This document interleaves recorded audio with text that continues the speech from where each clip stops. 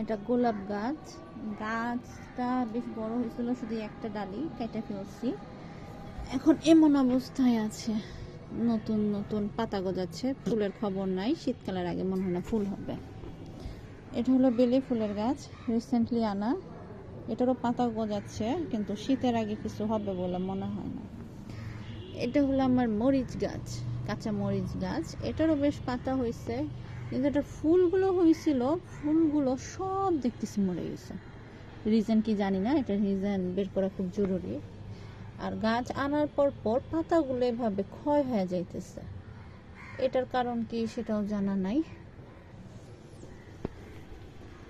তারপর এটা হলো ক্যাপসিকাম গাছ। এটা হলো আমার রেড ক্যাপসিকাম গাছ। এইটা হচ্ছে এই যে এটার ভিতরের এগুলো নতুন করে হয়েছে, ফল আসেনি, কিন্তু পাতা হওয়ার পরপরই এই যে মরে যেতেছে। কিসের অভাব বা কিছু কি স্প্রে করতে হবে নাকি সেটা এখনো বুঝতেছি না। এই যে এটা হলো তোমার ক্যাপসিকাম, গ্রিন ক্যাপসিকাম। এটার পাতা, এটাও পাতা হয়েছে, কিন্তু পাতাগুলো এরকম খাওয়া খাওয়া হয়ে যাইতেছে। এটারও যে কি রিজন এটা বুঝতেছি না। মেন কথা হলো পাতাগুলো একা একা কেন এরকম খাওয়া খাওয়া হয়ে যেতেছে, এটার সমাধানটা আসলে কি জানি না।